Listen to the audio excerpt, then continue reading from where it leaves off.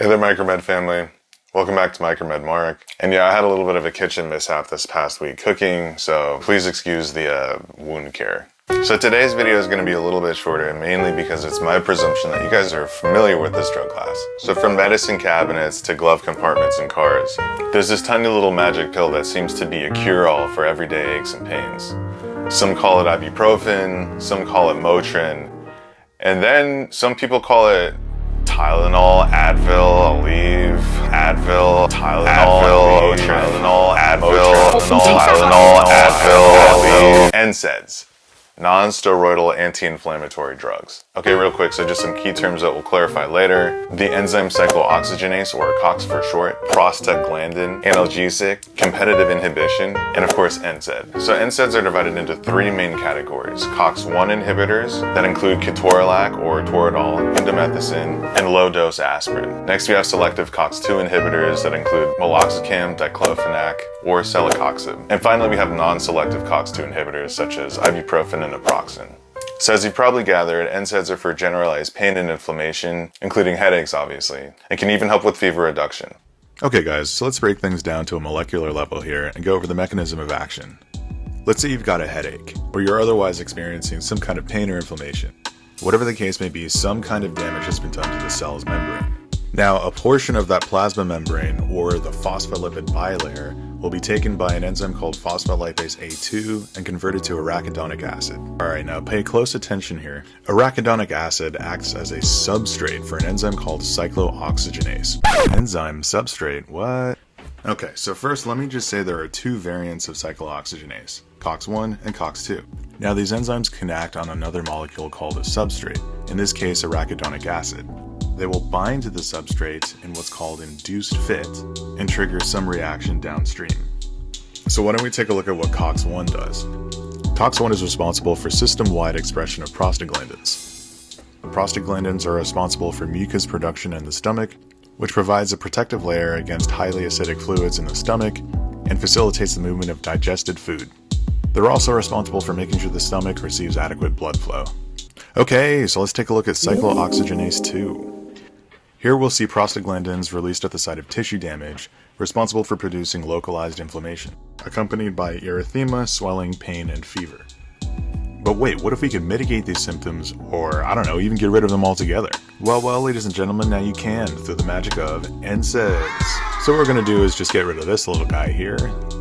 See ya! And now we're gonna pop this little guy in here. And what you just witnessed is called competitive inhibition. Guys, it's really all in the name. Our NSAID molecule is competing to bind to the active site of the substrate, which in this case, as mentioned earlier, is arachidonic acid. Once bound to the substrate, the NSAID has successfully inhibited cyclooxygenase. The end result will alleviate these symptoms and produce what's called an analgesic effect. Okay, so time for a quick review. A portion of the damaged cell membrane, or a piece of its phospholipid bilayer, is going to be converted by phospholipase 2 to arachidonic acid. After this conversion, one of two variants of cyclooxygenase will act on arachidonic acid, producing systemic activity of prostaglandins or expression at the site of tissue damage, resulting in localized inflammation. Now, depending on which NSAID we're talking about, NSAIDs will compete for the active site of arachidonic acid and inhibit the enzyme cyclooxygenase.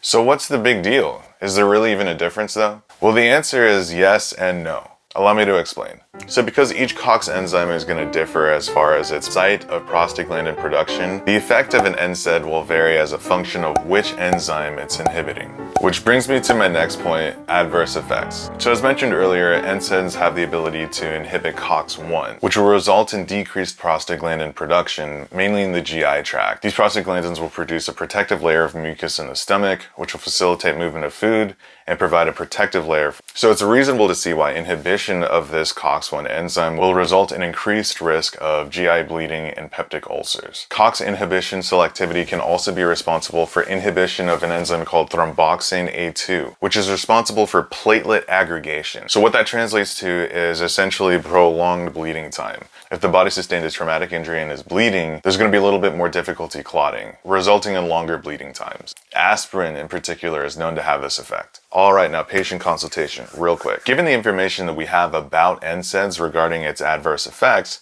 let's take into consideration the almighty ibuprofen. Now, the ibuprofen we all know and love is a non-selective COX inhibitor. It will act on COX-2, producing the aforementioned anti-inflammatory and analgesic effects. But because it's a non-selective COX inhibitor, it can also act on COX-1, thereby rendering the stomach susceptible to injury. This is why it's important to consume NSAIDs, mainly ibuprofen, with food. Alright, so contraindications include pre-existing stomach bleeding or ulcers, renal disease, drug interactions with blood thinners like warfarin. If we're already having a tough time with platelet aggregation, do we really need help from blood thinners like warfarin and heparin? No. Other contraindications include alcohol and hypersensitivity. If you find out that you're allergic to any of these drugs, make sure you tell your provider and don't take them. And that's about it for me, guys. Hopefully I've demystified that magic pill bottle in your medicine cabinet and have given you a little bit more information regarding non-steroidal anti-inflammatory drugs. Until next time, remember to like, share, and subscribe. Thanks for watching MicroMedMark.